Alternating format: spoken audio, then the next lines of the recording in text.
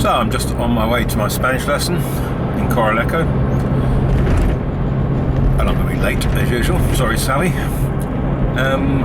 I thought it might be a good time to talk about my experiences of learning Spanish. Obviously, living here in Fuerteventura, then learning Spanish has got to be a good thing.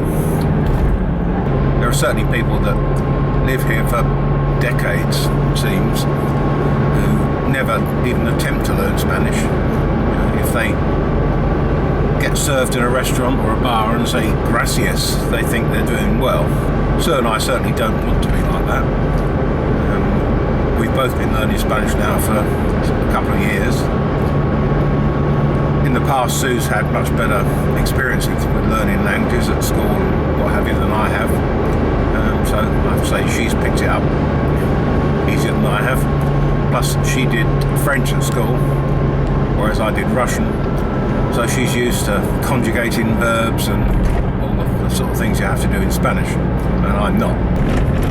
Well, we've been here 4 years now, and been having lessons on a one-to-one basis about once a week for the last 2 years. And it is making a lot more sense now. One of the problems I have, and Sue has, is we really don't have any Spanish friends, unfortunately, although we don't live in a expat community. So it's not easy to practice your Spanish.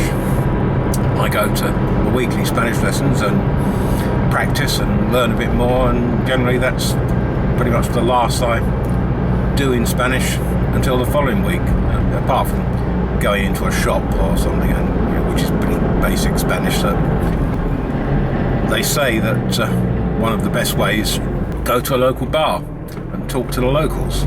In my case, that's not really doable because the local bars are very male dominated, and the sole topic of conversation seems to be football. Well, I don't drink and I hate football, so that method of learning is not for me, really, unfortunately. I think one of the problems with the English and learning languages is that everyone else around the world wants to learn English, and even if you start speaking to them in their language, they know you're English and immediately want to practice their English. And they say the English aren't very good at learning foreign languages. I'm not sure that's true. I think one of the problems for the English is that what language do you learn? Do you learn French or Spanish or German or Italian or Chinese? What is the most useful language to learn after English? Whereas pretty much anybody else in the world, whether they're Italians or Chinese or German, the obvious choice of a second language to learn is English. So that's the language most people learn. Being able to speak at least some Spanish goes quite a long way here, because the locals like it if you at least try. And when you do try to speak Spanish, the locals are really quite pleased and quite helpful. Rather different to trying to speak French in France, where the French seem to think that their language is so beautiful that only the French can speak it properly and nobody else should even attempt to. Don't get me started on the French. It's interesting that here in the Canary Islands they speak Spanish. It's more attuned to South American Spanish apparently than mainland Spain Spanish. And they have their own little different ways of saying things. Here they seem to knock off the ends of a lot of words, like they'll say gracia rather than gracias, buena dia instead of buenos dias, and actually here they often don't say the buenos dias, buenas tardes, buenas noches. Some of them just say buenas, no matter what time of day it is. Another thing they do here is, instead of saying hasta luego, see you later, whatever you want to interpret that as, they just say a luego. one annoying thing here, or I find it annoying, is I don't know whether it's deliberate, but whenever you say goodbye to somebody in a shop or a petrol station or something like that, if I choose to say "hasta luego," they'll say something different back, "buenos dias" or "ciao" or something. But if I say "ciao," they say "hasta luego."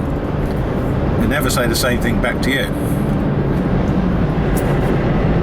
And I know "ciao" is Italian, but that seems to be pretty much international these days. My most often used phrases and words, apart from the absolutely obvious like gracias, you say voy a, which means I am going to, and you can use that to make up lots of sentences without having to conjugate a verb. You can say voy a Coraleco, I am going to Coraleco. Voy a limpiar mi coche, I am going to clean my car. If you didn't use the voy a bit, then you'd have to conjugate the verb limpiar. Probably my most used phrase is "Lo siento, mi español no es bueno." I'm sorry, my Spanish isn't very good. Another useful one, certainly use it a lot at the beginning, "no entiendo," which I don't understand. I tend to stick to just two forms of any verb,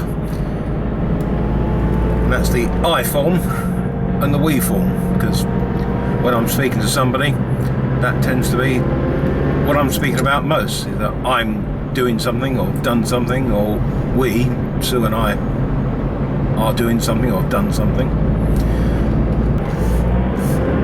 Well, I'm there now, 5 minutes late, as usual.